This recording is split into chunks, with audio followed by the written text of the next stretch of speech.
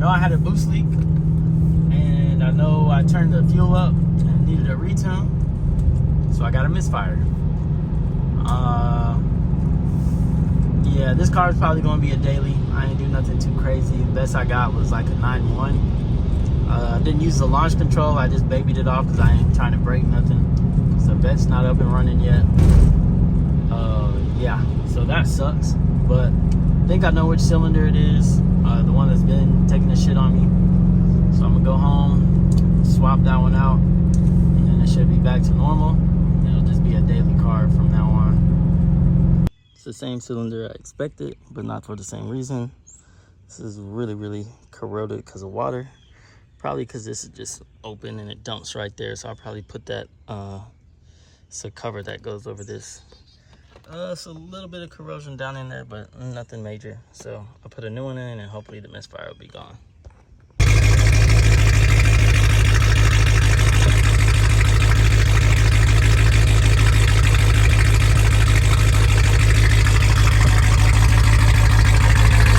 So in these vents, the water just went straight down, trickled all the ways down up in there. So that's the problem. It's probably like that on the other side too, but we'll see when we get there. There's a cover you can put over all this. I just had it off, but I'm gonna put it back on now. This to crack them loose, and a few extensions, special spark plug tool, because this has thin walls. And this is a 16mm. So these really suck, especially the ones in the back, but just unplug all these first, coil packs. Get all those out the way, and then you're gonna pull them out one by one. Now that you got that out the way, you're gonna start twisting and pulling. They're gonna be like deep up in there. I don't even think I could do this one-handed. Ooh, especially if you haven't taken it out in a while, it's gonna be difficult.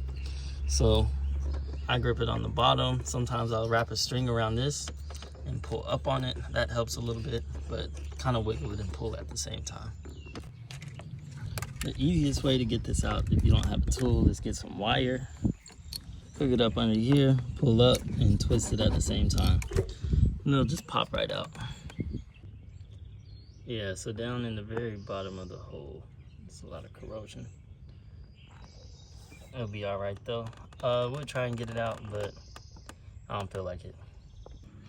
Then whenever you get your new spark plug in there, put the coil back in, get it seated, and then when you push it, you should hear a little pop. Just like that, and it's in there. Well, this was unexpected. I got oil all up in one of my cylinders. So this lets me know I need a new valve cover gasket. I'll probably do that in the heads. I was trying to wait till 200,000 miles. We got 150, but it might have to happen a little sooner than that. These are the four from the driver's side, from front to back. So the middle two are my problem. This one was like really corroded. I showed you that one inside. I replaced it to get around, and then this one started misfiring. That one decent. So let's see how the other side looks. And of course, if you're a professional like me, you don't have to, but I would definitely recommend unplugging your battery, because you don't want to touch it to that positive terminal and ground this in something. Shock yourself, short your motor out, or something of that nature. I don't know. I don't plan on finding out. If you don't got a slinky thing like this for your 3/8 extension, I don't know how you're gonna get that back one out. It's all the way up in there. Can't even see it for real. Yeah, if you don't got something that just snakes, you're gonna have a fun time getting that last one out. But with this, it makes it easy. Just go to AutoZone. All right, to get this back one in, you're gonna have to snake it under this hose and push it up to where it's kind of just barely touching on this harness and turn it sideways. You're gonna see what I'm talking about if you're doing this, but it's a beast to get in there. Make sure everything click back on, and then you can go ahead and start it up and see how it sounds. This whole side was straight, looks normal wear and tear, nothing crazy.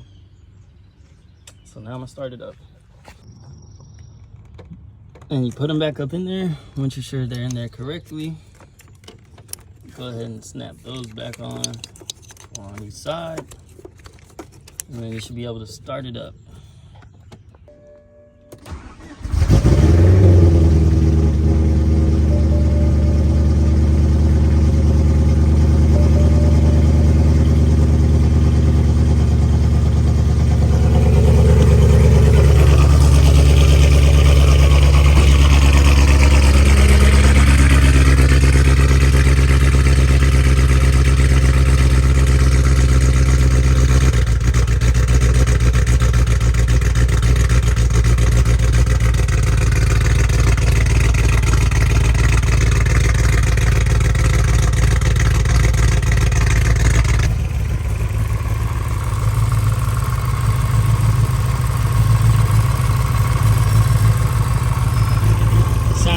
Really weird. Probably got oil running down that cylinder. Yeah, it still got a misfire. Well, that sucks.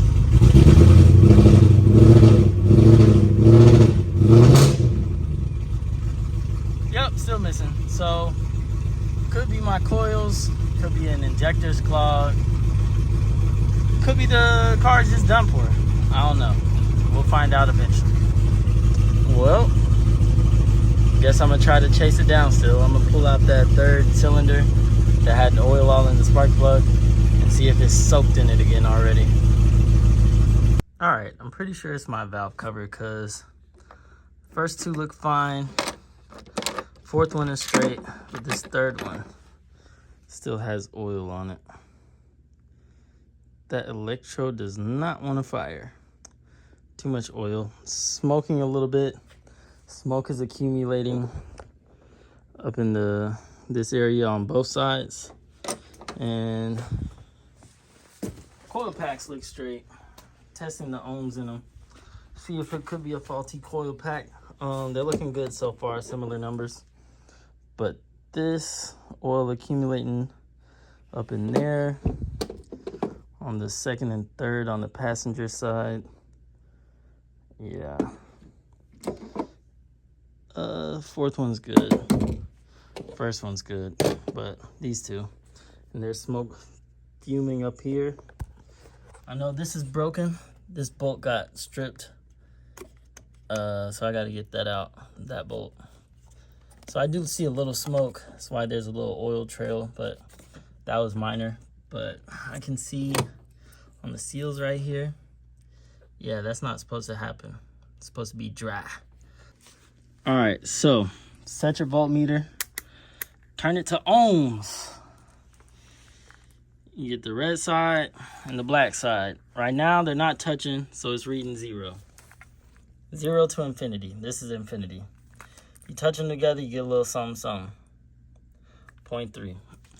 When you touch these, you want it to read 0. You're gonna have, let's just say reverse order. So this is 1, 2, 3, the pins.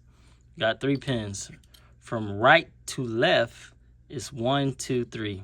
When you hit 1 to 2, it should be 0 to infinity. Then when you hit 1 to 3, it should be 0 to infinity. Then you move this red prong to the left onto 2, and the black is on 3, and then it should give you a reading. Been getting 33.3, 33.7, 31.8. All right, let's try that again. All right, pin 1 is on the red, pin 2 is black. 0 to infinity. 0 to infinity. Moved it over to pin 3. Now I'm going to move this red one to pin 2. Now I'm getting a reading. 33.67. That's straight. And you do that with all of them. So these are the numbers I got. 33.3, 33.7, 31.8. That's an outlier. That's a little high, so that one's good. But if I do ever end up changing them, I'm going to change the 31.8 and the 32s. Swap those out for some new ones eventually. Today's not that day, though.